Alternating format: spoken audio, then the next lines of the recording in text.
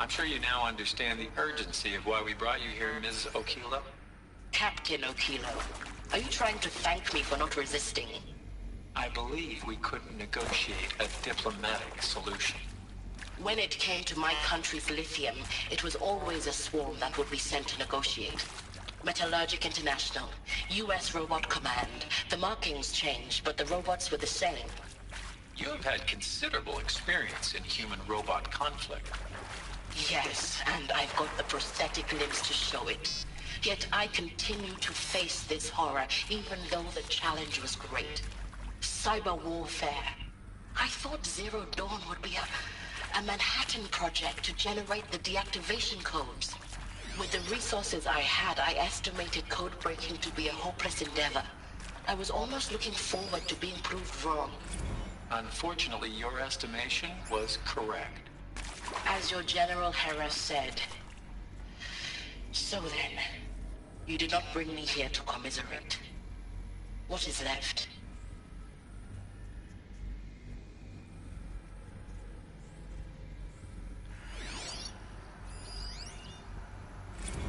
Look, let's cut the mystery. You're building a colony ship. It's obvious. And it's not gonna fly. I mean, literally. Remember the Odyssey? That multinational heap of space junk that's been in graveyard orbit since '57?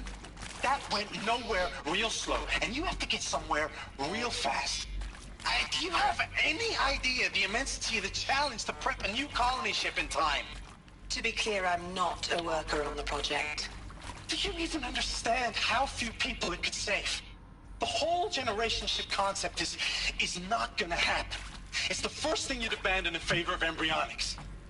For that kind of storage, we're talking a lot of bulk, a lot of power, a lot of resources. So even if you do it, even if you build it and point it at Sirius X, there's no room for people on that thing, all right? If you could try to remain calm. But you people are crazy if you think you're getting off this rock. No one's getting off. Medical.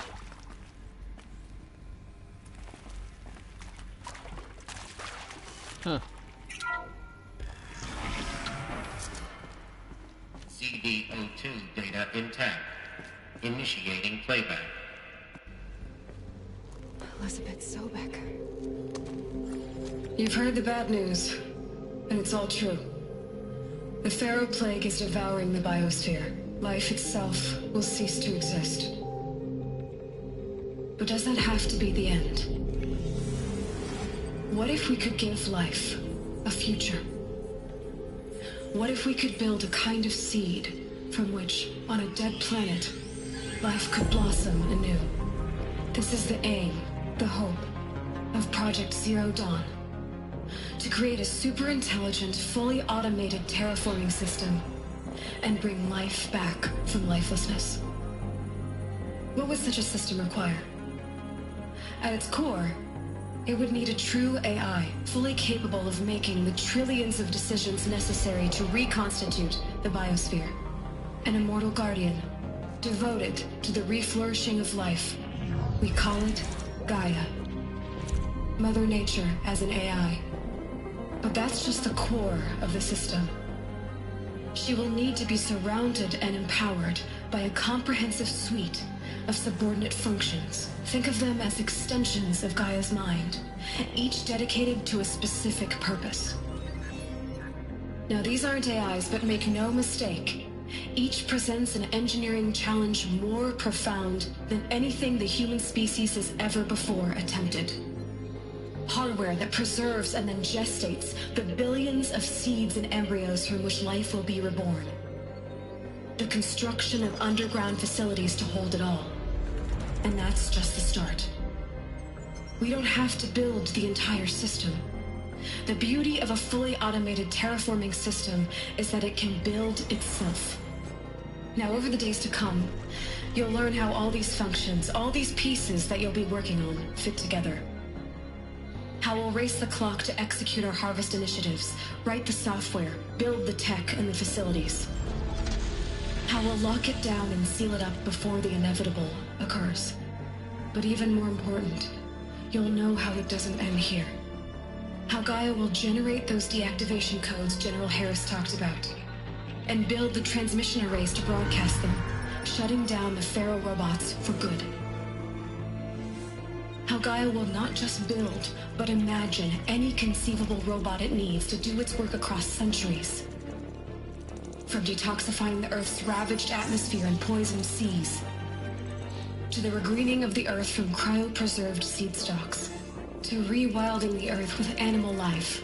And then, when all that is done, how a new generation of human beings, spawned at cradle facilities around the globe, will partake of Apollo, the vast archive of human knowledge and cultural achievement from which they will learn of us, our world. And most important, how not to repeat our mistakes. It's not an impossible dream. It is within our grasp if we work tirelessly and stop at nothing to achieve it. We can't stop life from ending. But if you will help me, help Gaia, we can give it a future. Join me and help make that future real.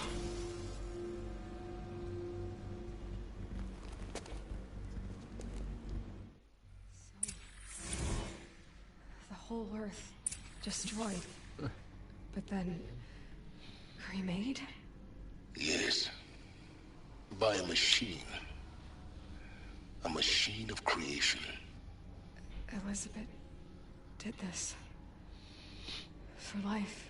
For us. But why Hades then? If it was part of Gaia, how did it end up in the wreckage of a Pharaoh robot? Why does it want to kill me? And Apollo, the archive of knowledge, what happened to that? I'm as confused as you are. Maybe the answers lie ahead.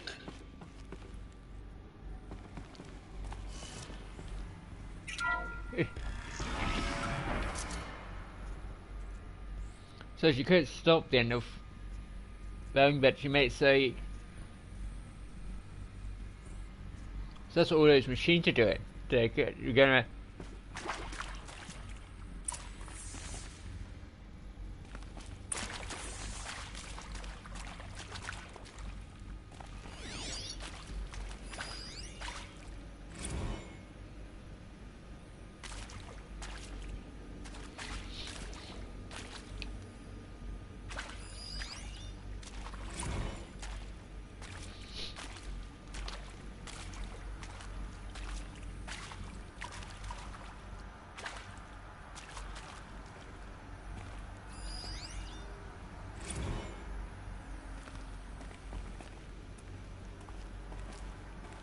I just imagine you into all the pieces of the universe.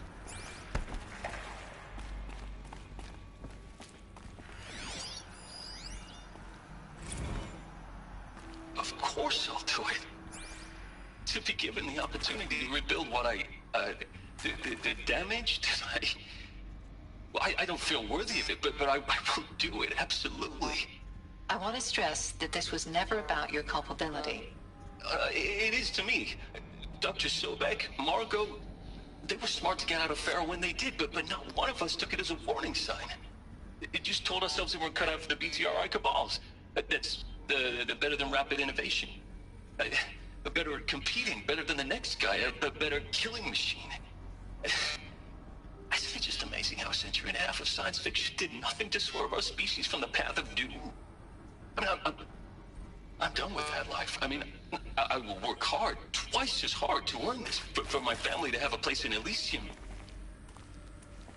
I never thought that there could be, atonement.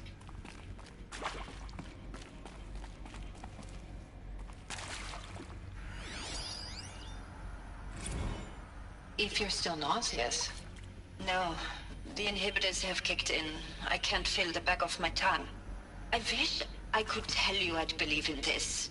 But the damage is too great, too extensive, too complete. With all respect to Dr. Sobek's work at Miriam, no. No, life doesn't always find a way to keep going. Sometimes it never comes back. Like Syzygy East. Like the Congo. Like Timor. Like us. That's our reward? A buried city full of terminal patients waiting out the clock? You'd grow old together, with your loved ones, in safety. I don't have loved ones. I suppose I could start a family? I'm afraid not. All inhabitants of Elysium will be medically sterilized. A habitat capable of sustaining a starting base of 2,000 individuals for up to 100 years is a huge challenge, Dr. Alpert. If the population grows instead of diminishes, everyone will be dead inside 30 years. I knew it. I just couldn't bring myself to say the words. I'm sorry. Finish it. Medical euthanasia. I want no part of this. I just want it over. I see. Protocols require a 48-hour waiting period, after which